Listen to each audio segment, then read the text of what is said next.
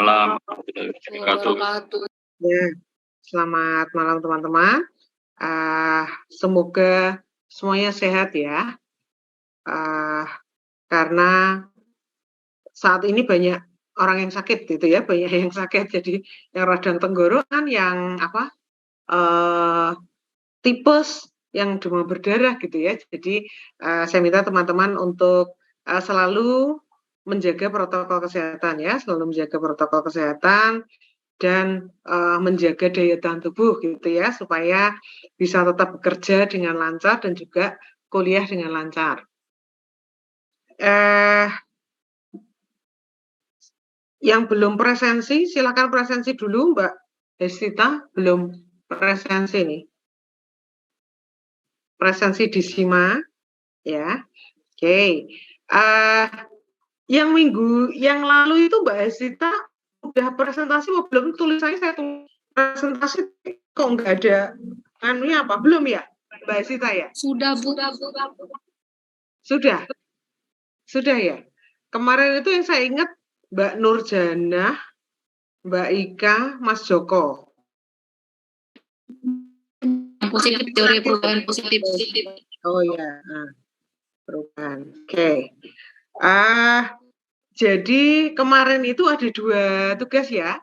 Yang pertama masih melanjutkan perubahan organisasi yang minggu yang lalu kita bicarakan. Nah, kemudian saya minta teman-teman untuk mengaplikasikan ya, di situ ada 8 ya, ada 8 perusahaan ya. Nah, di situ artinya kita belajar, mencoba belajar perubahan apa yang dilakukan gitu ya.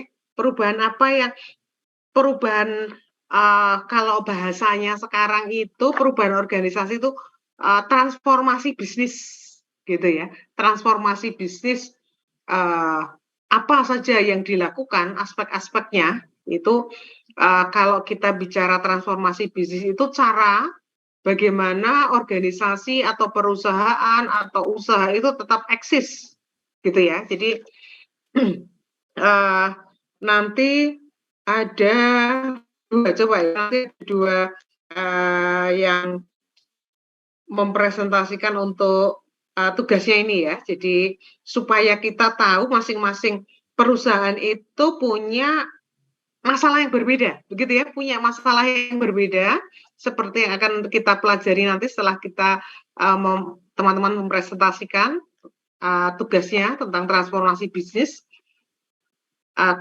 Masih terkait dengan transformasi bisnis, perubahan apa yang dilakukan, berarti harus didiagnosis ya, mendiagnosis. Jadi apa saja transformasi ataupun proses yang dirubah, sistemnya, proses bisnisnya, teknologinya, atau secara keseluruhan ya, yang artinya proses mengubah atau perubahan ini diharapkan ada peningkatan yang terukur ya, peningkatan yang terukur dari efisiensi, efektivitas begitu ya, dan juga kepuasan pelanggan ataupun karyawan.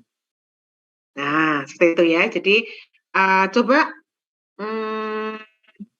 Mas Indra, kebagian apa ini, yang perusahaannya apa? Mandiri, Bu. Apa? Bank Mandiri. Oh ya, oke. Monggo, silakan. Jadi masing-masing punya fokus ya, masing punya aspek yang berbeda. Oke, silakan bisa share screen.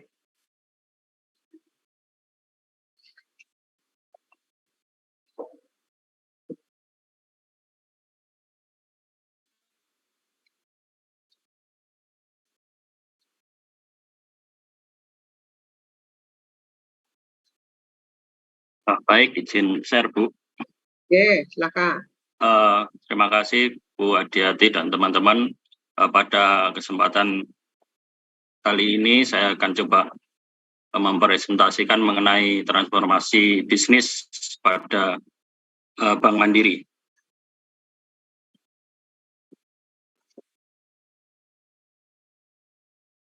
Yang pertama yaitu mengenai sejarah Bank Mandiri. Bank Mandiri didirikan pada 2 Oktober tahun 1998, di mana sebagai bagian dari program restrukturisasi perbankan yang dilaksanakan oleh pemerintah pada saat itu. Di mana Bank Mandiri ini adalah peleburan dari 4 bank pemerintah, yaitu Bank Bumi Daya, Bank Dagang Negara, Bank Ekspor-Impor Indonesia, dan Bank Pembangunan Indonesia.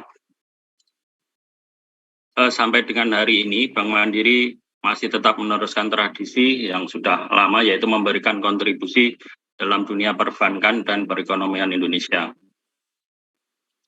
Konsolidasi dan integrasi. Setelah melalui proses konsolidasi dan integrasi menyeluruh di segala bidang, Bank Mandiri berhasil membangun organisasi bank yang solid dan mengimplementasikan core banking sistem baru yang terintegrasi menggantikan core banking sistem dari keempat bank legasi yang sebelumnya saling terpisah.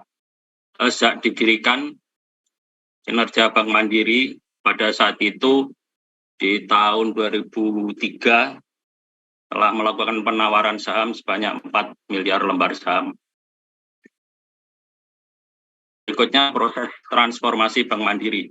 Pada transformasi tahap pertama yaitu antara tahun 2005 sampai 2009, di mana tahun 2005 menjadi titik balik bagi Bank Mandiri, di mana Bank Mandiri memutuskan untuk menjadi bank yang unggul di regional atau Regional Champion Bank yang diwujudkan dalam program transformasi yang dilaksanakan melalui 4 strategi utama, yaitu implementasi budaya, di mana dilakukan dengan restrukturisasi organisasi berbasis kinerja, penataan ulang sistem penilaian berbasis kinerja, pengembangan leadership dan talent, serta penyesuaian sumber daya manusia dengan kebutuhan yang strategis. Yang kedua yaitu pengendalian tingkat NPL secara agresif, di mana Bank Mandiri fokus pada penanganan kredit macet dan memperkuat sistem manajemen risiko. Yang ketiga yaitu meningkatkan pertumbuhan bisnis yang melebihi rata-rata, yaitu pertumbuhan pasar melalui strategi dan value proposition yang distintif untuk masing-masing segmen. Yang keempat yaitu pengembangan dan pengelolaan program aliansi, di mana antar direktorat atau bisnis unit dalam rangka optimalisasi layanan kepada nasabah, serta untuk lebih menggali potensi bisnis nasabah existing maupun value chain dari nasabah yang dimaksud. Dalam menjadikan Bank Mandiri Regional Champion Bank, Bank Mandiri melakukan transformasi melalui 3 fase, yaitu tahun 2006 sampai 2007, back on track, itu fokus untuk merekonstruksi ulang fondasi Bank Mandiri untuk pertumbuhan ke depan. Yang tahap 2 antara tahun 2008-2009 yaitu outperform the market, yaitu fokus pada ekspansi bisnis untuk menjamin pertumbuhan yang signifikan di berbagai segmen dan mencapai level profit yang mampu melampaui target pasar. Yang ketiga di tahun 2010, shaping the end game, yaitu Bank Mandiri menargetkan diri untuk menjadi bank regional berdepan melalui konsolidasi dari bisnis jasa keuangan dan lebih mengutamakan peluang strategi pertumbuhan non-organik, termasuk memperkuat kinerja anak perusahaan dan akuisisi bank atau perusahaan keuangan lainnya yang dapat memberikan nilai tambah bagi Bank Mandiri. Nah, sejalan dengan transformasi bisnis di atas, ada 5 budaya yang diterapkan oleh Bank Mandiri, yaitu tip C yang dijabarkan menjadi sebagai berikut. T adalah trust, yaitu kepercayaan. I adalah integritas. P-nya adalah profesionalisme. C yaitu customer focus atau fokus pada pelanggan. E yaitu excellent, yaitu kesempurnaan. Dalam mewujudkan visi tersebut, transformasi bisnis di Bank Mandiri pada tahun 2010 difokuskan pada 3 area bisnis, yaitu wholesale transaction, yaitu memperkuat leadership dengan menawarkan solusi transaksi keuangan yang komprehensif dan membangun hubungan yang holistik melalui institusi korporat dan komersial di Indonesia. Yang kedua yaitu retail deposit dan payment, yaitu menjadikan bank pilihan nasabah di bidang retail deposit dengan menyediakan pengalaman perbankan yang unik dan unggul bagi nasabahnya. Yang ketiga yaitu retail financing. Dalam hal ini meraih posisi terdepan dalam segmen pembiayaan retail, terutama untuk memenangkan persaingan di bisnis kredit, perumahan, personal loan, dan kartu kredit, serta menjadi salah satu pemain utama di micro banking. Dalam hal ini ketiga area fokus tersebut juga akan didukung dengan penguatan organisasi untuk memberi solusi layanan terpadu, peningkatan infrastruktur, dalam hal ini di kantor cabang, IT, operation, risk management, serta penguatan sumber daya manusia. Selanjutnya program transformasi lanjutan di tahun 2010-2014, di mana Bank Mandiri melakukan revitalisasi visinya untuk menjadi lembaga keuangan Indonesia yang paling dikagumi dan selalu progresif. Selanjutnya rencana strategisnya di tahun 2015, di mana tahun ini merupakan tahun terpenting bagi Bank Mandiri karena bertepatan dengan dimulainya transformasi tahap 3, sehingga kinerja Bank Mandiri di 2015 menjadi barometer dan landasan dalam menghadapi tantangan yang lebih besar ke depan. Untuk rencana dan strategi jangka panjang 2015 dan 2020 ini, tantangan ke depannya semakin kompleks dan kebutuhan juga terus meningkat dalam hal kinerja secara berkesinambungan serta memberikan kualitas layanan terbaik bagi nasabah. Oleh karena itu, visi jangka panjang Bank Mandiri adalah to be the best bank in nation pada tahun 2020. Selanjutnya rencana jangka panjang 2020 sampai 2024, yaitu dengan tujuan spirit memakmurkan negeri. Visi jangka panjang Bank Mandiri adalah menjadi partner finansial pilihan utama bagi nasabah. Ini adalah tambahan dari struktur organisasi, di mana struktur organisasi khususnya di Bank Mandiri ini adalah menunjukkan suatu struktur organisasi yang menurut saya sudah terbentuk dengan kuat, sehingga Bank Mandiri nantinya senantiasa dapat memberikan kinerja yang bagus atau optimal bagi bangsa.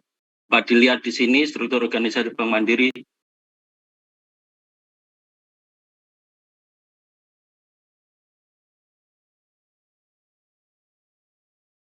Recording in progress. Perusahaan. Ya. Visi misi dan budaya perusahaan dari tahun 2003 sampai dengan sekarang, yaitu seperti tadi saya sampaikan di depan bahwa visinya yaitu menjadikan lembaga keuangan Indonesia yang paling dikagumi dan selalu progresif, dan misinya menyediakan solusi perbankan yang handal dan simpel yang menjadi bagian hidup nasabah. Selanjutnya adalah budaya perusahaan, yaitu sebagai salah satu perusahaan BUMN dan mendukung program dari Kementerian BUMN mengenai core value, dalam hal ini akhlak, di mana A adalah amanah, memegang kepercayaan yang diberikan, K itu kompeten, terus belajar dan mengembangkan kapabilitas, H harmonis, yaitu saling peduli dan menghargai perbedaan, L-nya loyal, yaitu berdedikasi dan mengutamakan kepentingan bangsa dan negara, A adaptif, yaitu terus berinovasi dan antusias dalam menggerakkan ataupun menghadapi perubahan, K terakhir yaitu kolaboratif, yaitu membangun kerjasama yang sinergis. Dalam hal ini akhlak ini diharapkan dapat menjadikan suatu perusahaan yang bertumbuh dan berkontribusi bagi bangsa, yaitu bagi Indonesia. Berikutnya mengenai revolusi industri, sebagaimana kita ketahui pada saat ini kita industri 4.0, nantinya akan bergerak ke industri 5.0, di mana digitalisasi nantinya akan semakin berkembang dan diterapkan di negara kita atau bahkan di dunia. Selanjutnya, mendorong digitalisasi khususnya perbankan. Dalam hal ini OJK telah meluncurkan suatu cetak biru transformasi digital perbankan, di mana cetak biru ini diharapkan dapat mendorong transformasi digital khususnya sektor jasa keuangan, sehingga dapat fokus pada layanan produk yang cepat, mudah, murah, kompetitif kepada masyarakat, sehingga dapat meningkatkan kemudahan dan perluasan akses masyarakat yang unbankable dan UMKM. Di cetak biru ini telah banyak suatu hal-hal yang menjadi pertimbangan dalam penyusunan cetak biru, baik itu dari segi analisis lingkungan strategis, penilaian awal tingkat kematangan, masukan dari stakeholder atau studi literatur dan lain sebagainya.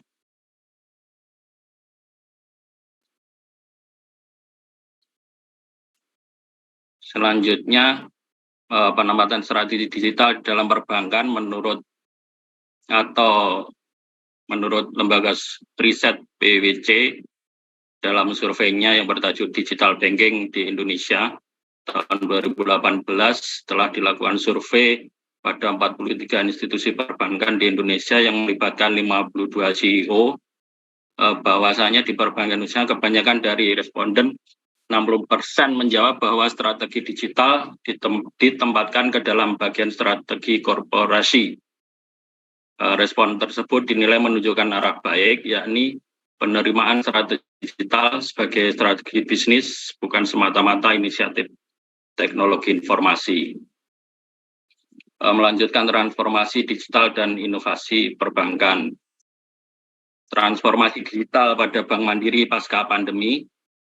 Bank Mandiri menjadikan tantangan pandemi COVID-19 sebagai momentum dalam mengakselerasi transformasi digital.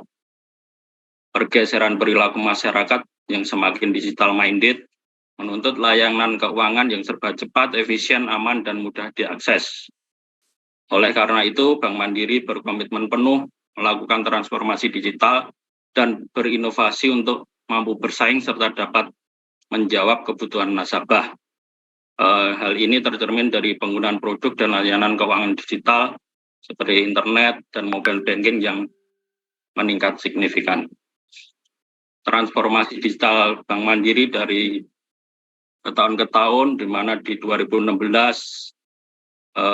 Bank Mandiri mengambil tema mengenai mandiri kerja nyata. Di 2017 membentang asa sebagai kebanggaan bangsa. 2018 Mandiri menuju masa depan. 2019 tebar inspirasi penerus negeri. Berikutnya di 2020 dan 2021 ini yaitu mengenai integrasi dan kolaborasi melalui digital yang berkelanjutan. Pertumbuhan positif, kinerja positif Bank Mandiri tidak terlepas dari upaya mengakselerasi dan mengoptimalkan transformasi digital pada bisnis perseroan, di mana pada tahun 2021 Bank Mandiri telah menghadirkan solusi digital yang andal kepada nasabah lewat aplikasi Livin by Mandiri. Livin by Mandiri dan Wholesale Digital Super Platform Kopra by Mandiri.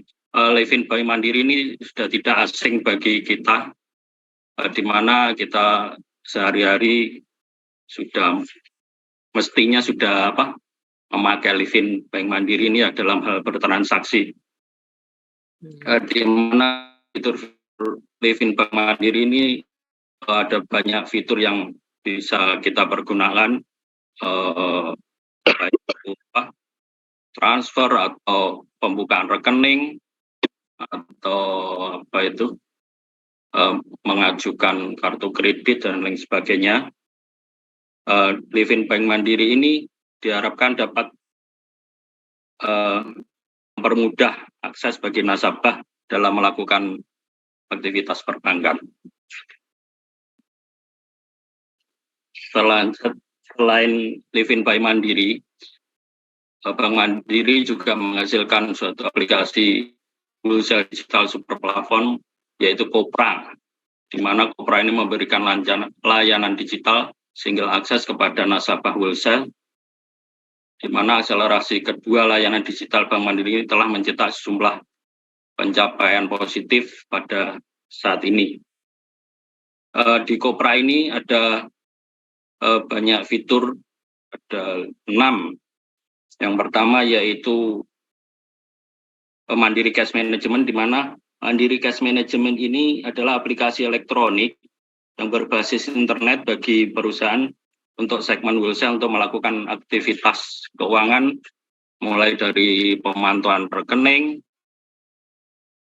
bank hingga melakukan berbagai jenis transaksi. Yang kedua yaitu Kopra Trading, yaitu aplikasi berbasis web yang dapat diakses nasabah untuk transaksi trading, misalnya ekspor, impor, atau transaksi pembiayaan atas dasar transaksi perdagangan.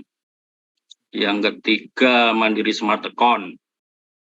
Mandiri Smart Account-nya layanan cash management berupa penggunaan rekening giro yang bersifat virtual account. Yang keempat yaitu Kopra Value Chain, di mana Mandiri Financial Supply Chain Management merupakan sistem online berbasis web untuk transaksi value chain seperti prinsipal, supplier, dan distributor. Yang kelima yaitu Kopra FX, adalah fitur Kopra dari Mandiri yang berguna untuk melakukan transaksi valuta asing dengan kurs khusus dari Treasury Group secara online. Berikutnya yang keenam yaitu Kopra Custody, di mana layanan online custody ini merupakan layanan terbaru berbasis web yang dapat memudahkan nasabah melakukan inquiry portofolio, inquiry transaksi, informasi corporate action, hingga mengirimkan instruksi yang dilengkapi mekanisme dual control. Ya. Cukup? Masih cukup, Mas? Cukup, masih terlalu banyak mendetail. Iya. Oke, coba Mas Hendra ya dan kawan-kawan. Coba kira-kira dari paparan Mas Hendra ini tentang Bank Mandiri, kira-kira pembelajaran apa yang bisa kita dapatkan tentang transformasi bisnis yang dilakukan oleh Bank Mandiri? Apa ini? Ya. Ya. Ya. Sudah ada misinya.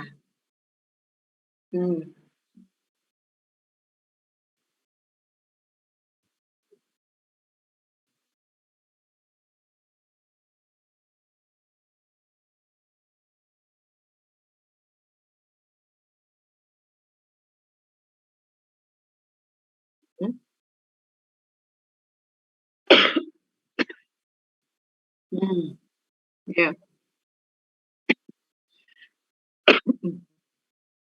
Ya, jadi sejak COVID ya, sejak COVID itu malah semakin fiturnya semakin banyak. Nah, karena memang tadi yang dijelaskan oleh Mas Hendra tadi, memang sebelum COVID itu memang sudah ada visi ya, visi khusus setelah mulai tahun 2020 itu harus digitalisasi gitu, nggih, Mas Hendra, nggih. Nah, berarti di sini tadi ya sesuai misinya ya, sesuai misinya tadi supaya posisi, jadi Mandiri itu kan bank yang terbesar ya, terbesar di Indonesia. Jadi di sini dia mempertegas dulu posisinya gitu ya, mempertegas dulu posisinya sebagai bank terbesar. Nah, sehingga ini fokus utama. Artinya nanti konsisten dengan transformasi bisnis yang akan dilakukan itu secara keseluruhan, berarti ya, secara keseluruhan. Jadi ini sebenarnya momentum ya, momentum tadi karena adanya COVID itu menjadi momentum untuk langsung melanjutkan fokus utama ya. Jadi di sini melanjutkan fokus utamanya yang temanya digital dan kekinian ya, di tahun 2020 ya, yang sudah dicanangkan. Jadi kan itu per dekade, per tahun itu sudah punya rancangan, sudah punya planning gitu ya, yang apa fokus-fokus yang akan dilakukan. Nah, berarti itu juga disesuaikan dengan situasi kondisi ya, tadi yang sudah diceritakan oleh Mas Hendra tadi. Nah, kemudian fokus yang ini, yang tema digital dan kekinian ya, ini relevan dengan kebutuhan yang saat ini ya, kebutuhan sejak COVID itu muncul ya, sejak COVID itu muncul, sehingga Bank Mandiri ini terus mengembangkan ini untuk memenuhi tren ya, tren dan juga kebutuhan masyarakat tadi melalui inovasi dan transformasi digital ya. Nah, melanjutkan transformasi bisnis yang berdasarkan pada aspirasi ya, aspirasi masyarakat tentang perubahan ya, perubahan yang terjadi karena adanya COVID, dan juga ini Mandiri juga sudah mempersiapkan sumber daya. Nah, ini loh ya, jadi pentingnya kan kita belajar itu harus tahu fokusnya apa, kemudian apa yang perlu disiapkan. Nah, ini pembelajaran di sini Bank Mandiri itu sudah mempersiapkan, dan itu terus-menerus ya, terus-menerus mempersiapkan sumber daya manusia yang punya daya saing ya, punya daya saing yang tinggi, dan tadi mengedepankan peran teknologi ya, peran teknologi dan inovasi itu sebagai pilar dari aktivitas bisnisnya ya, pilar dari aktivitas bisnisnya. Nah, maka apa artinya semuanya dari Bank Mandirinya dan juga anak perusahaannya itu berusaha untuk menciptakan ekosistem bisnis ya, mandiri yang terintegrasi gitu. Nah, karena apa ini tujuannya supaya transformasi bisnis yang dilakukan oleh Bank Mandiri itu punya atau bisa memberikan nilai yang lebih kepada nasabah ya, di seluruh segmen ya. Teman-teman harus menyadari bahwa Bank Mandiri itu fokusnya melayani beberapa segmen. Nah, yang terakhir itu kekuatan intinya pada apa, Mas Indra? Bisnis wholesale ya, tadi ya, wholesale. Usaha ataupun bisnis wholesale. Nah, maka strateginya apa tadi? Ya, mengintensifkan pertumbuhan bisnis value chain tadi. Ya, tadi kan ada value chain toh strategi. Nah, ini itu bisnis inti. Jadi kekuatan inti yang dimiliki oleh Bank Mandiri terutama untuk bisnis wholesale ya, wholesale-nya. Nah, maka strateginya apa? Supaya pertumbuhan bisnis value chain ya, yang dengan berbasis ekosistem nasabah itu bisa tumbuh ya, bisa meningkat. Nah, seperti itu. Jadi kenapa dia tadi juga harus bersinergi dengan anak perusahaan ya, anak perusahaan itu akan menjadi keunggulan bersaing, competitive advantage ya, competitive advantage yang dimiliki oleh Mandiri dengan layanannya, layanan-layanan tadi yang sudah diceritakan oleh Mas Joko tadi ya, fiturnya ditambah terus. Dia selalu menjadi pionir ataupun unggul dalam atau menghadirkan layanan-layanan terbaik dan termodern yang itu sangat dibutuhkan oleh nasabahnya saat ini. begitu ya. Nah, ini yang dilakukan ini ya, memberikan layanan terbaik, fitur terlengkap ya dengan digitalisasi dengan live-in-nya itu ya. Ini ada salah satu upaya untuk mendorong pertumbuhan bisnis yang konsisten dan berkelanjutan. Nah, seperti itu ya. Jadi akhirnya tadi kinerjanya bagus, ya tahu tadi yang di ungkapkan oleh Mas Hendra tadi menjadi kinerja yang terbaik. Maka dia itu termasuk sukses di dalam melakukan transformasi bisnis. Nah, itu ya. Jadi pentingnya apa? Planning. Jadi itu sejak tahun 2000. Ya, sejak tahun 2000 itu sudah mempunyai strategi planning untuk step by step-nya.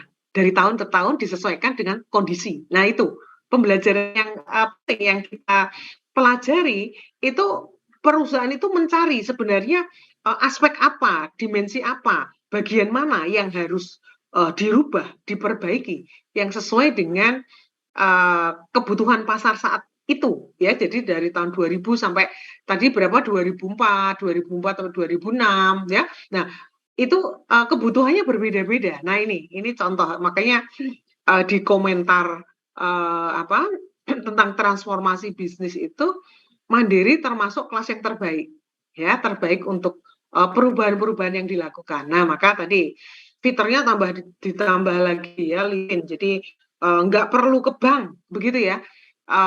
Banknya ada di tangan Anda gitu ya.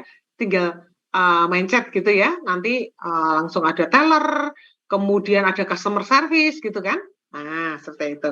Oke, jadi itu contoh ya, itu contoh bahwa proses bisnis itu harus selalu didiagnosis, harus selalu diketahui apa yang harus dirubah. Oke, terima kasih Mas Hendra Febrianto. Ya, jadi ini pembelajaran yang bagus ya. Oke, coba berikutnya satu lagi, Mas Dimas Hutawin ada? Mas Dimas? Mas Dimas ada? Saya, Bu. Ya, coba apa? Mas Dimas apa? Maybank, Bu. Oh ya, coba silakan. Ya, sebentar. Sebentar, jangan yang Bang. Berarti Mas Fauzi aja. Coba Mas Fauzi jatahnya apa ini, Mas Fauzi? Mas Dimas nanti deh. Saya apa? Juga Bang Niaga. Oh, Bang Niaga. Bang, CIB oh, coba. Sebentar. Mas Dinar. Mas Dinar? Iya, Bu. Apa ini Mas Dinar? Noyorono, Bu. Ya, coba. Coba. Yang tidak Bang. Oh, kemarin saya banknya banyak ya. Coba silakan. Sebentar, Bu ya. Iya. Iya. Hah? Ya.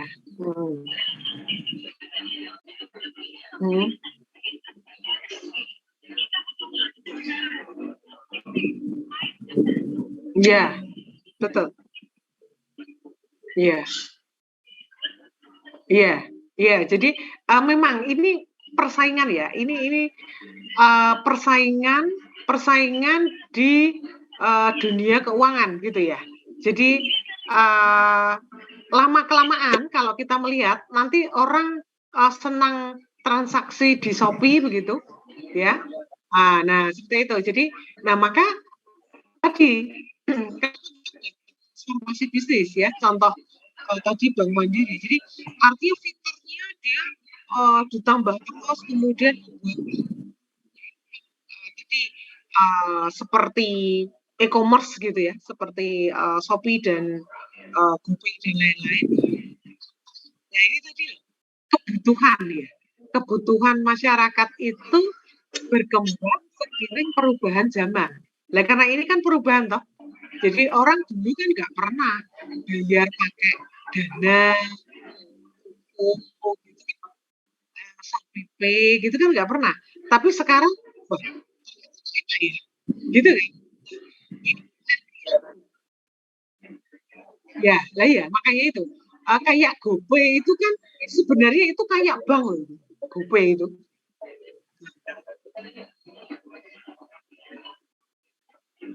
Tambah besar. Ya, nah seperti itu. Jadi makanya kan bank tambah dia ini untuk dia mencari talent-talent ya, karyawan yang dia bisa menciptakan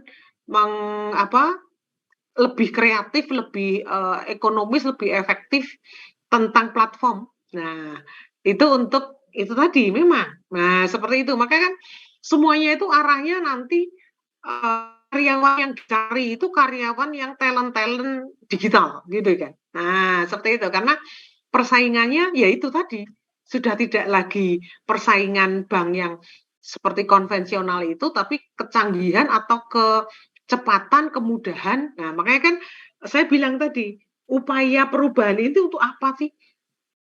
Terukur efisiensi dan efektivitasnya. Nah, sekarang konsumen kan yang minta sendiri, ya toh? Lebih efisien, lebih gampang, nggak usah kemana-mana, udah tinggal klik, dapat bonusnya banyak. Nah, inilah itu kelebihan dari yang platform-platform itu dia bisa memberikan ini tadi bonus-bonus gitu ya. Lah coba nanti kita coba lihat hasilnya apa. Misalnya BCA itu dia mengeluarkan apa? Ya, misalnya Mandiri nanti seperti platform yang seperti Shopee, OVO itu kira-kira menguntungkan nggak? Masyarakat itu kan menguntungkan kalau bonusnya banyak kan tadi. Nah, ini coba bisa mengejar apa tidak? Ya, itu sebenarnya GoPay itu udah kayak bank itu. Ya, GoPay itu udah kayak bank. Nah, seperti itu ya. Jadi itu makanya persaingan ya, makanya dunia bisnis itu penuh persaingan, maka harus menciptakan keunggulan bersaing dalam hal apa? Nah, ini tadi kan yang sudah mulai dipikirkan juga oleh Bank Mandiri. Gitu ya, Mas Joko ya. Ya, monggo silakan Mas Dinar.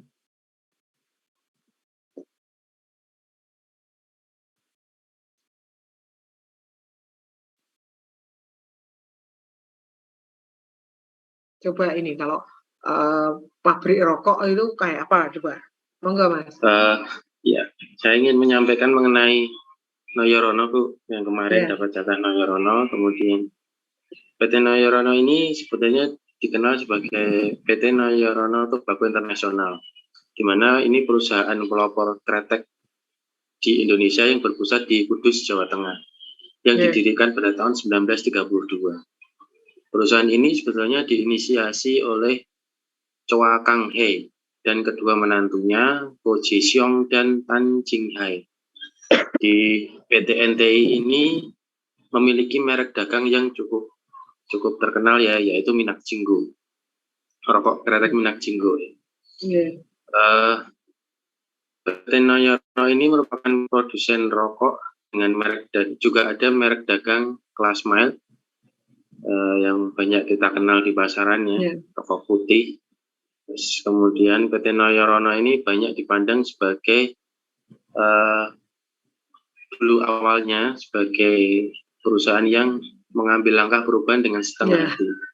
Sebetulnya ini menjadi maklum ya karena Noyorono ini harus berhati-hati dalam melakukan perubahan. Hal ini terkait dengan Noyorono ini ditopang oleh merupakan perusahaan keluarga yang di situ menjadi tumpuan hidup banyak keluarga di sana. Kemudian dengan berkembangnya waktu, Noyorono bertransformasi bisnis itu ternyata perlu untuk mengikuti perkembangan zaman dengan tetap memegang teguh warisan, yaitu bersatu, berdoa, dan berkarya. Ini beberapa produk dari Noyorono, ada Minyak Jinggo, ada Niki Filter Black, terus kemudian Classmile. Mengenai aspek transformasi bisnis, Noyorono membagi menjadi 3 fase. Yang utama yaitu mengenai inovasi produk, di mana Noyorono itu melakukan suatu produk baru ya yang dikenal dengan Classmile, yang memang di daerah yang pada waktu diluncurkan pertama kali itu di daerah Bandung dan Yogyakarta itu mendapat sambutan yang antusias dari masyarakat, di mana inovasi produk tersebut Noyorono menanamkan kandungan tar dan nikotin itu di bawah pesaing-pesaingnya, yaitu 14 mg tar dan kemudian nikotinnya hanya 1 mg, dibandingkan dengan LA Mild yang diproduksi oleh Jarum itu memiliki kandungan yang sedikit lebih tinggi, yaitu 15 mg dengan nikotin 1 mg. Baik, kemudian yang kedua yaitu mengenai struktur organisasi. Dalam fase ini pihak Noyorono akhirnya perlu menempatkan tenaga-tenaga profesional untuk menempati suatu tempat di top manajemen, di mana tetap bersama-sama membangun desain transformasi perusahaan keluarga. Untuk yang ketiga mengenai distribusi produk, pihak Noyorono ini pada fase ketiga ini pihak Noyorono ini memantapkan langkah dengan melakukan diversifikasi bisnis distribusi, yaitu melihat adanya peluang bisnis di luar industri rokok yang menurutnya merupakan hal yang harus dilakukan untuk biar perusahaan itu sustainable atau dapat produk bisnis itu tetap harus bergerak dengan perkembangan zaman. Sebagai contoh itu pihak Noyorono berpikir bahwa di ruang armada truk itu kadang memiliki tempat kosong. Jadi alangkah baiknya jika diisi dengan produk-produk dari lain pihak yang bekerja sama, yaitu seperti produk-produk dari Click Daily, di mana Click Daily ini adalah perusahaan yang berfokus pada food moving consumer goods, yaitu antara lain ada air mineral, beras, tisu, dan lain-lain. Kemudian untuk yang selanjutnya itu mengenai SDM. Di Noyorono menanamkan suatu core values di tiap-tiap pegawai, yaitu disingkat FAIT. FAIT itu memiliki kepanjangan dari Fraternity, Accountability, Innovation, Trustworthy, dan High Performance. Di mana Fraternity itu adalah persaudaraan yang selalu ditanamkan kepada setiap pegawai. Kemudian akuntabilitas. Akuntabilitas dapat diartikan sebagai bagaimana suatu perusahaan itu dapat suatu hal itu dapat dipertanggungjawabkan. Kemudian inovasi, kemudian trustworthy itu dapat dipercaya ya. Terus kemudian high performance itu memiliki Noyorono itu berpegang teguh pada kinerja yang tinggi. Kemudian kesimpulan yang terakhir bahwa pihak Noyorono itu memiliki teori perubahannya, maksudnya dapat mengimplementasikan dalam perubahan-perubahannya itu. Antara lain dalam teori perubahan Lewin, dia dapat merubah perusahaan keluarga menjadi perusahaan profesional yang dijalankan oleh tenaga-tenaga profesional yang tetap menjunjung tinggi persaudaraan dan kekeluargaan. Kemudian adanya teori tindakan, di mana PT Noyorono ini melakukan strategi produk dengan memproduksi rokok merek Classmile dengan kandungan tar dan nikotin yang lebih rendah dari kompetitor, dan melakukan ekspansi bisnis dengan bekerja sama dengan PT Click Teknologi Indonesia atau bisa dikenal dengan merek dagangnya Click Day. Padahal ini distribusi produk. Kemudian yang ketiga mengenai teori positif, di mana PT Noyorono itu dapat menanamkan suatu core value kepada tiap-tiap pegawai, yaitu yang tadi telah saya sampaikan, FAIT itu. Ya. Dari situ dari mulai top manajerial sampai dengan pegawai buruh harus menanamkan core value tersebut. Mungkin itu yang bisa saya sampaikan. Terima kasih. Selamat malam. Selamat malam, bagus ya. Jadi ini pembelajaran ya. Ini perusahaan rokok ya. Biasanya rokok itu kan biasanya dia ya sangat bergantung pada usaha rokoknya gitu ya.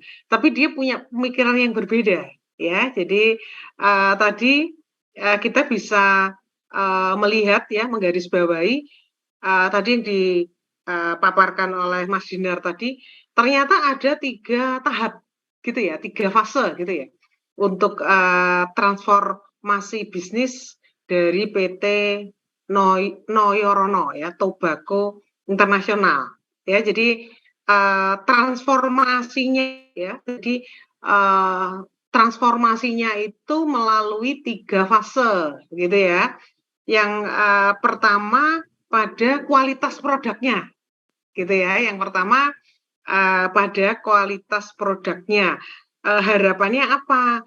Supaya dia bisa bertahan lama, artinya tetap menjadi pilihan bagi konsumennya, begitu ya. Itu tentang kualitas produknya. Maka tadi ada macam-macam tadi sudah dijelaskan oleh Mas Dinar. Nah, kemudian yang kedua tadi transformasi untuk struktur organisasi, gitu ya. Yang tadinya struktur karena awalnya itu bisnis keluarga.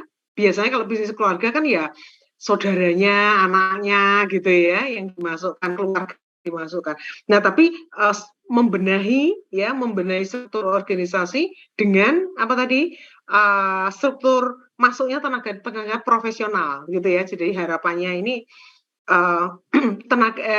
bisa perusahaan ini bisa tetap ada terus, karena kalau dipegang oleh top manajemennya, dipegang oleh keluarga, nanti belum tentu mereka punya sense bisnis begitu ya. Nah, maka ini yang top manajemennya itu dipegang oleh tenaga profesional gitu ya. Nah, kemudian yang unik lagi ini transformasi fase ketiga ya, tadi diversifikasi bisnis distribusi ya. Nah, jadi artinya di sini bahwa Noyorono ini melihat bahwa ada peluang besar di luar industri rokok, begitu ya. Nah, maka tadi dengan memanfaatkan kemampuan distribusi yang dimilikinya, begitu kan truknya banyak, begitu kan? Ya, truknya banyak. Nah, mengoptimalkan tadi yang diungkapkan oleh Mas Dinar tadi, mengoptimalkan truk-truk yang kosong. Kalau setelah bawa barang kan kosong itu. Nah, itu diisi produk-produk lain gitu ya dari perusahaan yang telah menjalin kerjasama tadi ya, misalnya Klik Daily itu ya.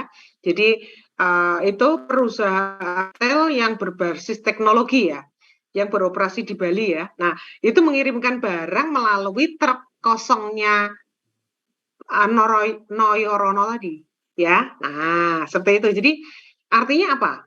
Bisnis distribusi itu sudah dilirik ya oleh perusahaan rokok ini supaya apa tadi ya, artinya kolaborasi ya.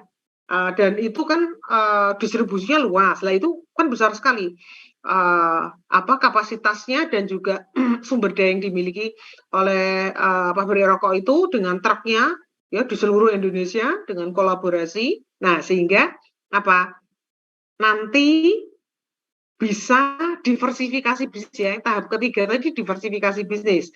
Nah, diversifikasi bisnis itu artinya dia masuk di rokok dan juga non rokok, begitu kan? Nah, jadi sudah persiapan ini, misalnya nanti rokok dilarang begitu, dia usahanya tetap survive gitu kan. Nah, ini salah satu ya. Jadi dan ada yang unik di sini ya, nanti ke depannya itu pabrik rokok ini mulai akan membangun platform digital ya untuk mengembangkan bisnis distribusinya. Nah, ini berarti dia sudah siap-siap nanti kalau rokok itu jadi dilarang begitu, dia bisnisnya bisnis distribusi begitu. Nah, ini contoh ya. Jadi perusahaan itu sudah siap-siap ya, karena kan pabrik rokok itu kan ya selalu selalu ditekan begitu ya. Nah, padahal itu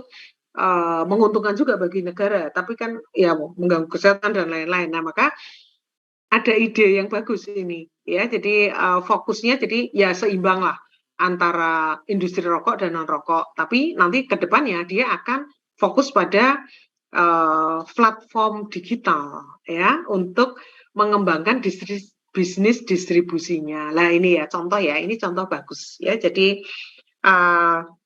bagaimana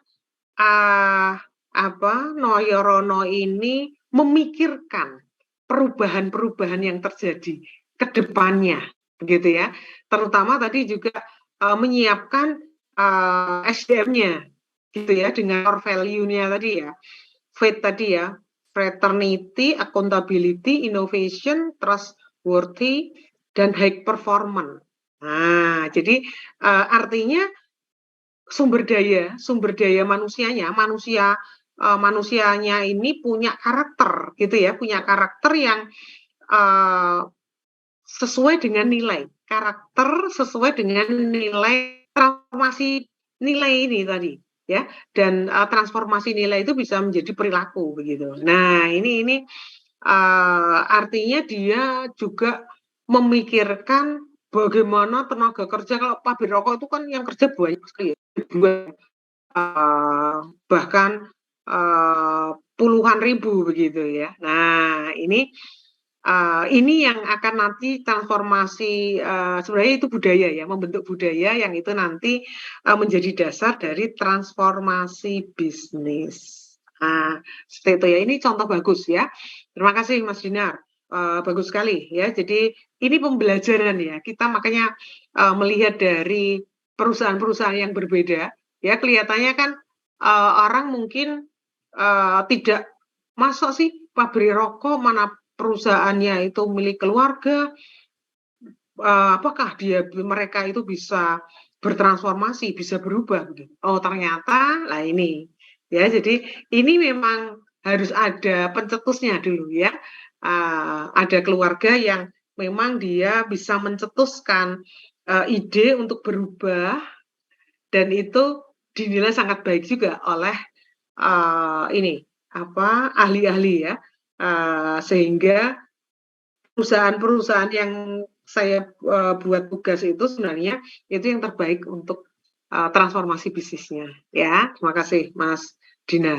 Nah, ini kira-kira kita bisa dapat poinnya ya. Kita dapat poinnya ya jadi dari tugas ini yang dipaparkan oleh Mas Hendra dan juga Mas Dinar ya. Jadi masing-masing itu punya masalah gitu ya, masing-masing perusahaan itu punya masalah. Nah, maka dicari ya, masalah itu artinya kan bagaimana memenuhi kebutuhan ya, kebutuhan dari pasarnya. Nah, maka artinya tentang layanannya tadi ya, kalau ini tadi rokok tentang kualitas produknya, kadar nikotinnya, kadar tarnya dikurangi begitu ya. Nah, kan setidaknya mengikuti tren merokok itu membunuhmu, berarti kan ya supaya tidak membunuh banget berarti dikurangi. Nah, misalnya seperti itu agak itu ya, bisa masuk gitu ya. Jadi untuk dari sisi kesehatan, walaupun dikurangi ya tetap saja itu sebenarnya membunuhmu sebenarnya ya. Tapi kan di sini untuk produk itu setidaknya orang dari komunikasi kan, oh kadar nikotinnya udah diturunkan, tarnya sudah diturunkan gitu. Padahal ya sebenarnya sama saja ya, rokok putih itu kan sebenarnya itu malah lebih bahaya sebenarnya ya. Benar nggak? Tapi kan namanya, tapi kan sudah siap-siap ini, Noyorono ini. Nanti misalnya betul-betul larang begitu, dia udah punya bisnis yang kuat juga. Nah, maka dia keseimbangan antara bisnis rokok dan non rokok. Nah ini juga suatu kejutan ya bagi saya, suatu kejutan. Jadi mereka yang perusahaan keluarga bisa berpikir sampai seperti itu ya. Jadi kadang itu kadang generasi kedua, ketiga itu kadang sok punya meletik seperti itu ya. Kalau generasi yang pertama mungkin masih konven ya. Nah seperti itu. Oke, silakan ada komentar. Ada komentar di sini? Izin berkomentar, Bu. Ya, silakan. Ini memang menarik ya, bahwa ternyata diversifikasi itu memang sangat penting dan ini sudah diimplementasikan karena bagaimanapun juga, apalagi di industri rokok itu kan memang riskan ya, pada saat mungkin suatu saat itu memang dilarang, benar-benar dilarang. PT Noyorono ini sudah mempersiapkan diversifikasinya dengan memberdayakan sumber daya yang ada ada. Jadi dia sekaligus memanfaatkan sumber daya yang ada, jadi tidak perlu invest terlalu besar karena pada dasarnya pada saat diversifikasi itu pada umumnya kan membutuhkan budget lain yang lebih besar gitu, Bu. Tapi ini saya tertarik dan memang menarik bahwa pada suatu saat memang punya sebuah artinya punya usaha sendiri itu perlu adanya diversifikasi dalam suatu usaha ini. Jadi memang ini pembelajaran penting buat kita semua bahwa memang perlu strategi untuk memikirkan seperti ini. Terima kasih. Jadi tadi diversifikasi bisnis atau diversifikasi usaha itu memang diperlukan ya, dan itu juga strategi penting, begitu ya, strategi penting untuk menjaga ini tadi keberlangsungan bisnis. Seperti itu. Jadi artinya pelaku bisnis itu harus kreatif, terus mau melihat peluang-peluang gitu. Nah, peluang-peluang yang kalau kita bicara strategi diversifikasi itu kan masih ada kaitannya dan tidak ada kaitannya. Nah, kalau ini masih ada kaitannya dari sumber daya yang dimiliki. Artinya punya truknya banyak, punya 1.100 truk yang tersebar di seluruh Indonesia. Nah, ini bisa dimanfaatkan. Ya, truknya yang jumlahnya 1.100 ini yang tersebar di seluruh Indonesia bisa dimanfaatkan dan bekerja sama, kolaborasi tadi, ya, kolaborasi. Jadi dengan tadi klik daily, ya, jadi artinya maka perlu mitra, ya, perlunya kemitraan, perlunya kerjasama, ya. Nah, ini seperti ini. Jadi tadi perusahaan retail, ya, Klik Daily itu perusahaan retail yang berbasiskan teknologi, beroperasi di Bali, ya, mengirimkan barangnya lewat armada yang dimiliki oleh Noroyono. Nah, maka Noroyono juga belajar dari Klik Daily itu. Dia akan fokus pada platform digital. Nah, untuk distribusinya. Nah, ini artinya dengan bermitra, ya, aliansi strategis, ya, ataupun model apapun, ini masing-masing mitra, masing-masing perusahaan itu harus punya pembelajaran nilai yang didapat dari mitranya. Gitu. Nah, ini Noroyono itu tanggap ini. Jadi, ternyata Klik Daily itu punya kemampuan di digitalisasi. Nah, Noroyono juga harus. Nah, seperti itu. Ya, jadi itu bagus. Artinya harus ini ya, tidak hanya kreatif tapi juga harus sensitif gitu. Harus sensitif itu sangat penting karena perubahan kita tidak tahu ya, kan kita tidak membayangkan ada COVID, kemudian ternyata tren selera masyarakat berubah, gitu ya. Begitu antusiasnya terhadap digitalisasi, terutama tadi ya platform pembayaran tadi. Nah, jadi akhirnya muncul, tadinya kan nggak ada ShopeePay, ya, OVO, Dana itu tadinya nggak ada. Tapi setelah ini ada peluang ini. orang bayar itu nggak perlu pakai uang cashless. Nah, maka muncullah platform-platform dan itu lebih menguntungkan daripada bank. Nah, seperti itu ya. Oke, ya terima kasih Mas Fauzi. Oke, ini berarti kita masih ke transformasi bisnis ya. Oke, masih ada waktu. Coba Mas Dimas, silahkan untuk yang ini ya, literatur review dari diagnosis organisasi ya. Mana, Mas Dimas? Ya. Baik, Bu. Ya, silakan. Yang diagnosis organisasi ini. Ya, diagnosis organisasi. Nah, maka tadi saya terkait ini. Top manajemennya itu punya instingnya bagus nggak? Nah, ini yang kita pelajari di sini.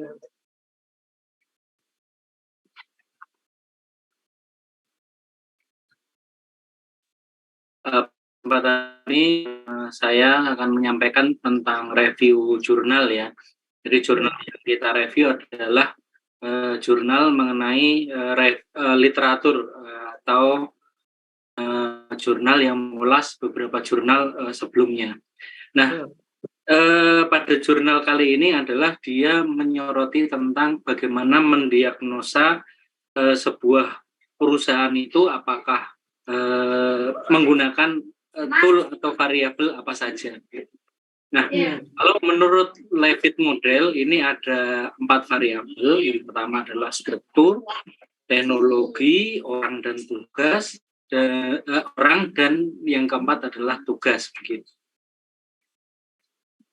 Nah, struktur ini tidak hanya mengacu pada bagian organisasi saja, tetapi juga pada sistem komunikasi di antara elemen-elemennya. Nah, sedangkan untuk teknologi itu seperti mesin, perlengkapan operasi, dan peralatan digunakan untuk melakukan tugas-tugas dalam organisasi. Dan yang ketiga, orang adalah aktor dalam sistem yang melakukan tugas untuk mencapai tujuan sasaran. Yang keempat adalah tugas atau task adalah operasi yang dilakukan untuk produksi. Nah, menurut Levitt model ini mengubah satu variabel akan mengubah variabel lainnya karena ini saling berhubungan dan perubahannya bisa positif atau negatif. Ya. Kemudian yang kedua adalah Westbrook model. Nah, ini menawarkan model 6 variabel. Kalau tadi 4 variabel, ini 6 variabel. Nah, yang mewakili 6 area yang harus berjalan dengan baik agar organisasi dapat berhasil. Nah, ke-6 variabelnya ini antara lain satu hubungan. Nah, bagaimana kita mengelola konflik di antara orang-orang. Kemudian yang kedua tujuan, bisnis apa yang kita jalankan, struktur, bagaimana kita membagi pelajaran, pekerjaan, yang keempat kepemimpinan, apakah ada seseorang yang menjaga keseimbangan variabel-variabel. Kelima, mekanisme yang membantu. Apakah kita memiliki teknologi terkoordinasi yang memadai, yang keenam penghargaan, apakah ada insentif untuk melakukan tugas, yang ketujuh lingkungan, apa yang dituntut oleh lingkungan. Kemudian yang ketiga adalah Nagler-Enthusman Congruent Model. Seperti namanya, landasan model ini adalah kongruen dan sejauh mana tujuan atau sasaran dan kebutuhan atau tuntutan dari satu elemen sesuai dengan elemen lainnya. Nah, model ini didasarkan pada asumsi-asumsi. Yang pertama, organisasi adalah sistem terbuka dan beroperasi di dalam suatu lingkungan. Kemudian, perubahan terjadi di dalam organisasi. Yang ketiga, perilaku yang berbeda diamati pada tingkat individu, kelompok, dan sistem. Yang keempat, interaksi terjadi pada berbagai tingkat perilaku organisasi. Nah, kemudian kalau yang ini McKinsey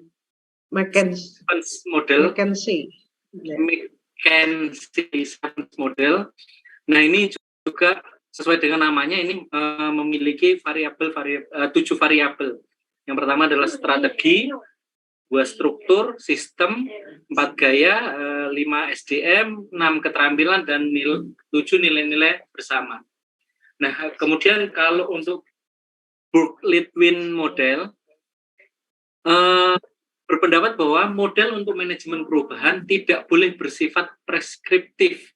Model tersebut harus menawarkan metode untuk mendiagnosa, merencanakan, dan mengelola perubahan. Model mereka meramalkan perilaku dan hasil kinerja berdasarkan hubungan sebab dan akibat. Penyebabnya dapat berupa kondisi organisasi dan efeknya dapat berupa kinerja organisasi yang dihasilkan. Dan berfungsi sebagai panduan untuk tidak hanya menilai organisasi, tetapi juga merencanakan manajemen perubahan organisasi. Nah, model ini menyoroti 2 kelompok dinamika organisasi. Satu kelompok berhubungan dengan transaksi perilaku manusia, komunikasi sehari-hari di antara para pelaku. Kemudian variabel berikutnya adalah variabel transaksional yang dikelompokkan dalam model struktur, praktik, manajemen, sistem, iklim, kelompok kerja, keterampilan, motivasi, kebutuhan atau nilai individu, dan kinerja. Nah, kelompok kedua mencakup transformasi manusianya. Di kelompok pertama dinamika organisasi, kelompok keduanya transformasi manusianya. Dinamika yang mendasarkan untuk menghasilkan perubahan besar dalam budaya organisasi.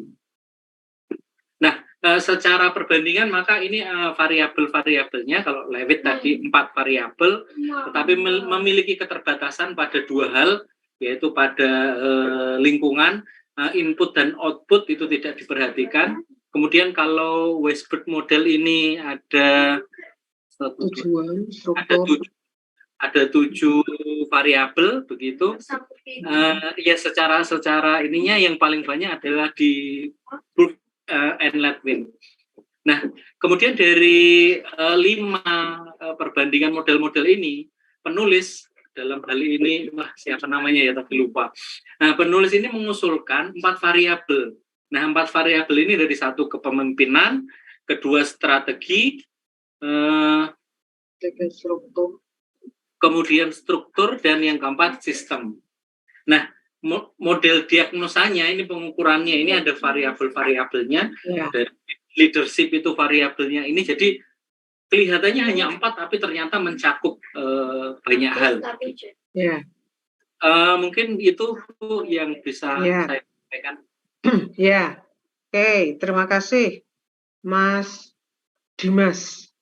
Jadi yang diungkapkan oleh ini jurnalnya Bila bin Said ya dan Wen bin Wang. Jadi jurnalnya Bilal dan Wang gitu ya.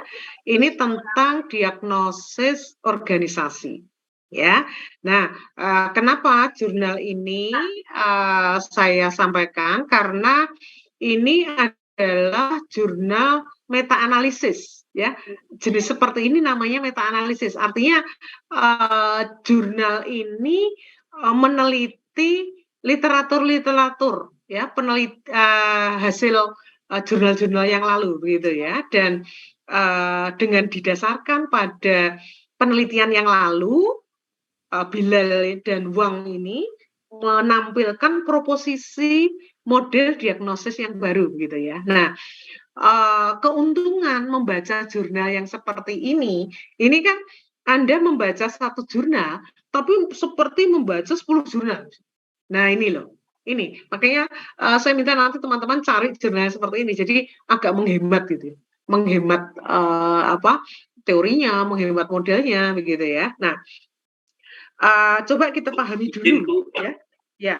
Izin sekalian mau nanya, Bu. Pada waktu kuliah dengan Pak Indarto, saya pernah menyampaikan apakah boleh kita tesis tentang review literatur gini disampaikan oleh Pak Indarto itu nggak boleh di USM gitu. Nah, yang mau saya tanyakan, apabila jurnal yang menjadi referensi kita adalah jurnal-jurnal review literatur, itu bagaimana? Iya, maksud saya begini, boleh itu untuk rujukan, tapi mahasiswa tidak boleh menyusun tesis meta-analisis seperti ini. gitu ya, harus penelitian gitu ya. Jadi kalau meta analisis itu yang agak grade-nya agak lebih tinggi lagi setelah Anda lulus S2 gitu, baru bisa melakukan meta analisis ya, karena Anda harus berlatih dulu untuk bagaimana penelitian yang lebih dalam. Nah, terus terkait dengan jurnal yang seperti ini, meta analisis ya, artinya survei literatur, ini baik digunakan sebagai ini tadi referensi. Artinya menghemat bacaan gitu ya, menghemat Anda membaca jurnal gitu. Kan ini sudah dipersingkat toh berarti. Literatur review itu kan berarti peneliti ini sudah menyingkat penelitian-penelitian yang terdahulu gitu. Nah, ini kan Anda berarti ini kan udah urut penelitiannya tuh sudah alirannya sama. Nah, ini bisa diambil. Ya, ini bisa digunakan gitu. Ya, bisa digunakan untuk dasar menguatkan Anda membentuk model penelitian. Gitu ya, Mas Dimas ya. Jadi ini saya contohkan jurnal seperti ini itu untuk memudahkan Anda mencari jurnal. Artinya kan jurnal ini. Misalnya Anda membaca ini satu jurnal ini, tapi sudah seperti membaca misalnya 30 jurnal. Nah, itu menghemat maksud saya. Ya, tapi Anda tidak boleh membuat seperti ini karena belum saatnya. Ya, jadi bukan tidak boleh, levelnya belum sampai ke sana gitu. Ya, gitu nggih, Mas Dimas nggih. Oke, saya lanjutkan lagi ya supaya teman-teman tahu arahnya ya. Jadi ini adalah diagnosis yang kita bicarakan adalah diagnosis organisasi. Diagnosis organisasi itu apa sebenarnya? Ya, diagnosis organisasi itu sebenarnya kunci suksesnya perubahan. Tadi kita bicara perubahan ya, transformasi bisnis. Supaya perubahan itu berhasil, maka perusahaan harus melakukan diagnosis ya, atau diagnosis organisasi. Nah, diagnosis itu apa? Memeriksa kesehatan dari organisasi saat ini, begitu ya. Jadi kayak orang itu, ya. Jadi namanya diagnosis itu kan proses memahami bagaimana sih organisasi saat ini, begitu ya. Apakah berjalan dengan baik? Apakah berfungsi dengan baik? Nah, maka di sini ya seperti orang itu kalau sakit gitu ya, datang ke dokter gitu ya, datang ke dokter. Ya, datang ke dokter itu kemudian nanti dicek apa. Jadi gejalanya apa? Jadi gejala itu bukan masalah. Nah, dari gejala itu nanti muncul masalahnya apa. Nah, seperti itu ya. Jadi mencari bantuan dokter gitu kalau orang sakit. Nah, kalau di sini organisasi mencari bantuan praktisi organizational development, praktisi OD begitu ya. Jadi praktisi itu nanti akan memeriksa begitu ya, memeriksa apa atau masalahnya begitu ya, masalahnya, kemudian nanti bagaimana solusinya. Sebenarnya intinya itu. Ya, tapi di sini tidak hanya sekedar itu. Yang namanya diagnosis organisasi itu sangat kompleks ya, sangat kompleks. Artinya perspektifnya sangat banyak, ya perspektifnya sangat banyak. Nah, maka di sini harus dilihat dulu misalnya apakah yang bermasalah itu karyawannya, apakah yang bermasalah, nah, apakah mereka itu loyal atau tidak ya dan lain-lain. Nah, jadi sebenarnya perlu diungkap ya dalam diagnosis itu perlu diungkap dulu apa penyakitnya. Penyebab penyakitnya itu apa? Ya misalnya karyawannya itu kerjanya enggak malas-malesan, ogah-ogahan, kreativitasnya kurang. Nah ini kena apa? Gitu ya. Nah penyebab penyakit ini spesifik ya. Jadi kasus-kasus itu sangat spesifik. ya, jadi alasannya dan lain-lain. Oke, seperti itu. Nah, maka di sini ada kebutuhan tentang model diagnosis. Jadi untuk mendiagnosis suatu organisasi, ya, organisasi itu perlu memiliki gagasan dulu, ya, tentang informasi apa yang harus dikumpulkan, dianalisis, begitu kan? Nah, kemudian nanti tadi apakah fungsi-fungsi organisasi itu berjalan begitu ya? Nah, maka harus ada kerangka konseptualnya untuk memahami, ya, untuk memahami tadi bagaimana fungsi-fungsi organisasi itu bisa berjalan dengan baik, begitu kan? Kalau ditelusurkan seperti itu. Nah, maka di situ muncullah ya dari jurnal ini, ya dari literatur yang ada, ya. Jadi intinya bagaimana pengembangan organisasi ataupun diagnosis organisasi itu membuat efektivitas organisasi menjadi lebih baik, begitu ya. Jadi tadi mendiagnosis organisasi berarti menilai, ya, menilai kesehatan suatu organisasi, gitu. Nah, maka di sini setelah kita bisa memahami ataupun juga melihat, oh kinerjanya seperti apa atau yang bagus seperti apa. Nah, berarti kan harus tahu apa yang didiagnosis itu apa harus tahu. Kemudian tujuannya itu apa, ya, model apa yang digunakan.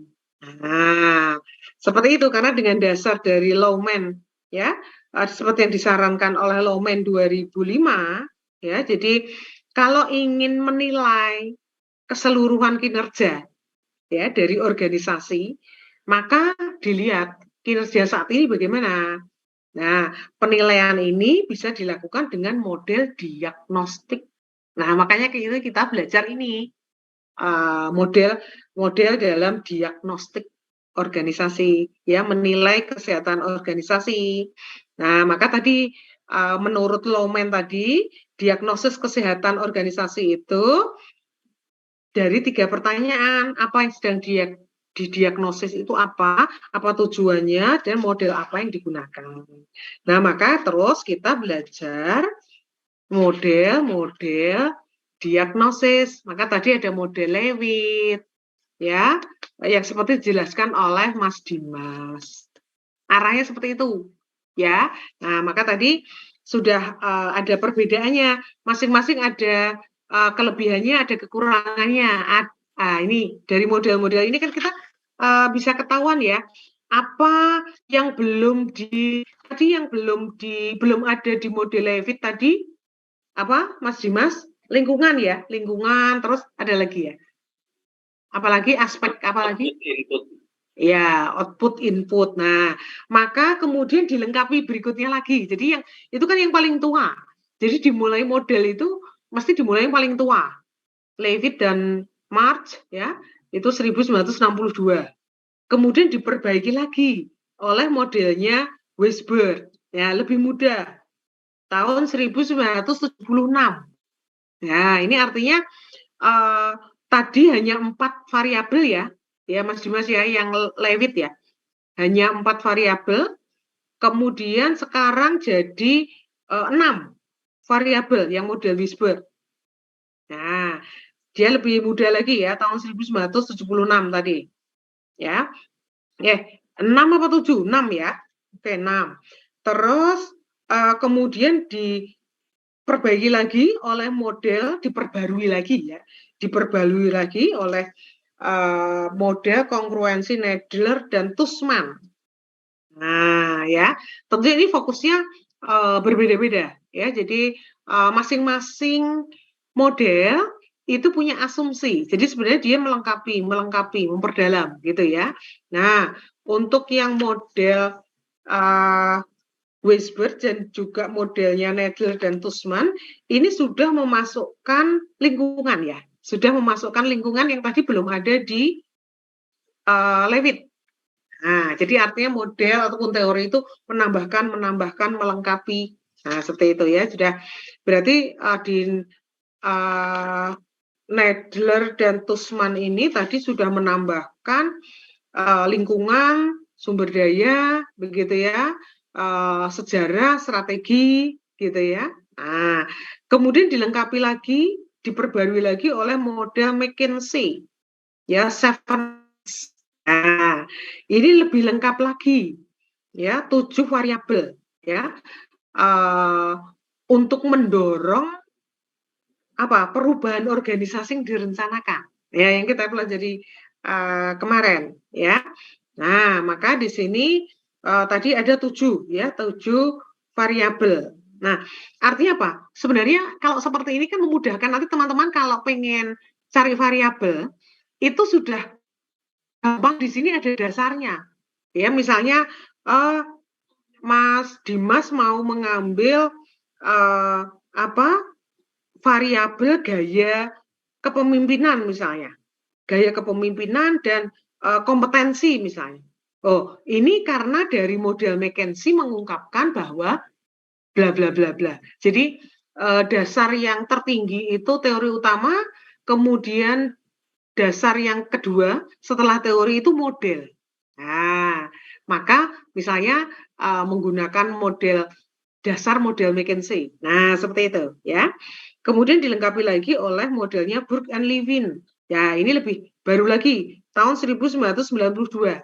Nah, maka harus urut ya, 1992. Tadi McKinsey 7S itu 82, kemudian Burke and Levin model tahun 92 begitu. Nah, maka di sini penekanannya untuk Burke and Levin, ya, ini berpendapat bahwa manajemen perubahan itu tidak boleh bersifat preskriptif, ya, tapi harus menawarkan metode untuk mendiagnosis, merencanakan, dan mengelola perubahan. Nah, ini kan lebih dilengkapi lagi. Nah, di sini meramalkan perilaku, melibatkan perilaku dan hasil kerja, kinerja organisasi itu didasarkan pada hubungan sebab akibat. Nah, seperti itu. Jadi artinya model yang terbaru itu semakin melengkapi.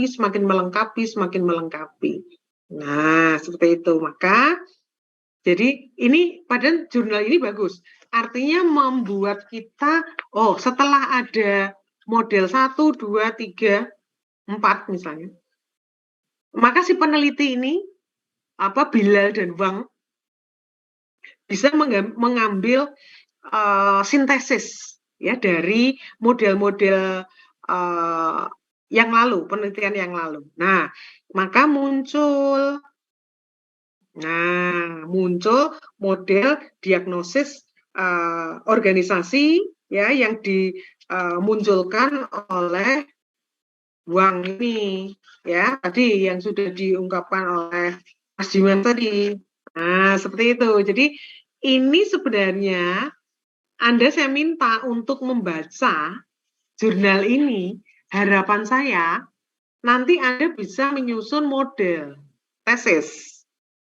Ya, model tesis dengan variabel-variabel yang ada dasarnya ini, model-model ini.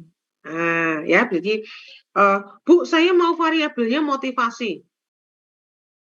Coba itu bisa memunculkan motivasi itu muncul dari mana?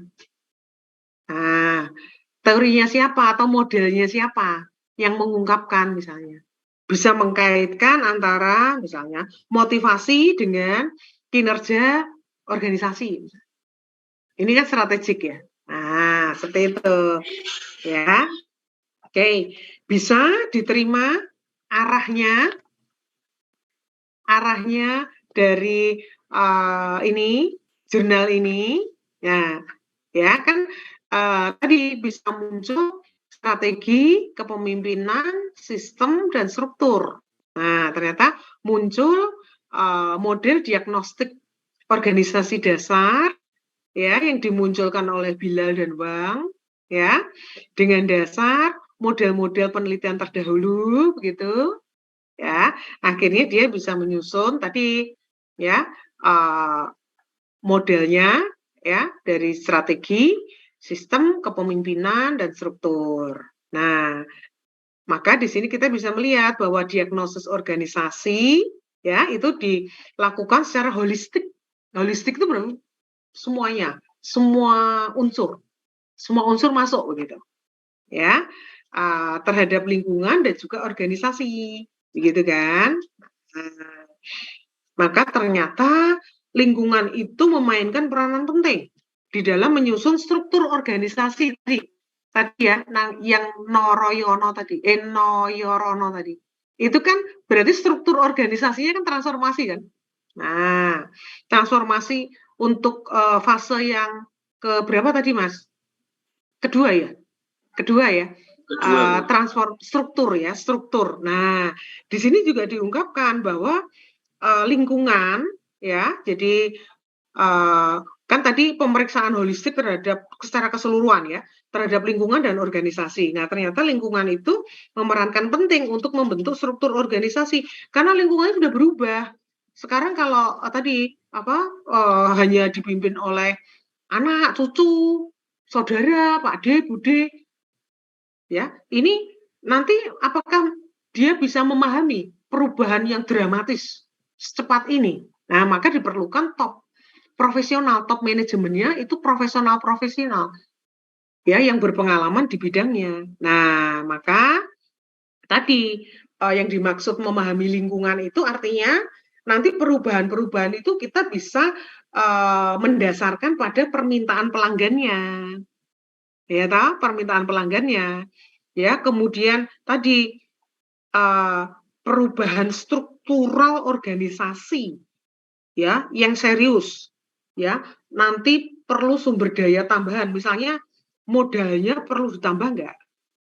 Nah, kemudian waktu, ya. Nah, seperti itu. Jadi strategi banyak strategi yang harus diadopsi, begitu ya. Strategi yang harus diadopsi untuk merumuskan, mempertimbangkan struktur organisasi itu. Nah, itu ya. Kira-kira itu contoh artinya saya memaksa teman-teman untuk membaca jurnal ini supaya langsung mau banyak variabel gitu. Ternyata perubahan di dalam organisasi itu antara lain lingkungan itu memerankan penting, ya, memiliki peran penting dalam membentuk struktur organisasi, ya, dan berbagai strategi harus diadopsi, ya, oleh organisasi, ya. Kemudian dirumuskan dengan didasarkan pada tadi pertimbangan struktur organisasi itu. Sehingga artinya apa? Organisasi itu bisa sehat, ya, organisasi itu bisa sehat atau terjaga kesehatannya, itu berarti strukturnya harus selaras dengan lingkungannya. Nah, apalagi perubahan lingkungan yang cepat, drastis. Ya, tadi teknologinya, ya, industri teknologi tadi ya, artinya tadi udah bagus itu Noyorono tadi mengadopsi apa tadi lebih cepat, ya, strategi mengadopsi penggunaan teknologi atau digitalisasi ya, menggunakan fokusnya platform digital gitu ya. Itu artinya dia menggunakan strategi yang lebih cepat dibandingkan pesaingnya. Mungkin perusahaan rokok yang lain belum memikirkan ke situ karena mungkin kejauhan gitu ya, nggak nyampe. Tapi ini sudah karena tadi punya bisnis distribusi. Nah, seperti itu kira-kira ya. Jadi ini memang supaya ini ya membaca satu jurnal saja, tapi Anda sudah langsung dapat semuanya gitu. Oke, kira-kira gimana? Setelah membaca jurnal ini, tambah mudeng atau tambah bingung? Mas Dinar, coba dikaitkan dengan jurnal ini tadi setelah membaca ini. Iya, Bu.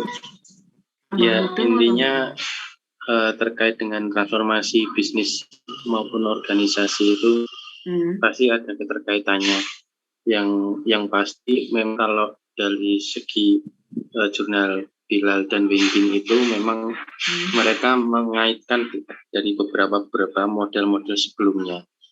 Jadi kelihatannya lebih membuat lebih kompleks Iya. model-model perubahan organisasi tubuh. Mungkin ada beberapa yang belum ada di Levit atau di grup Win tadi atau yang 7 McKinsey tadi, tapi ditambahkan lagi ke yang punyanya Bilal dan Wang tadi, Bu. Wang, ya. Ya, memang seperti itu. Ya, oke, good. Jadi itu maksudnya. Jadi kita memahami ya model-model. Oh ternyata model itu dari yang paling tua itu pasti sangat sederhana, gitu ya. Kemudian dilengkapi oleh model yang baru. Jadi yang paling tua tadi Levit dan March. Kemudian dilengkapi oleh Wisberg, ya. Dilengkapi lagi oleh Nedler and Usman, ya. Dilengkapi lagi oleh McKinsey. Kemudian dilengkapi lagi oleh dengan dasar tadi.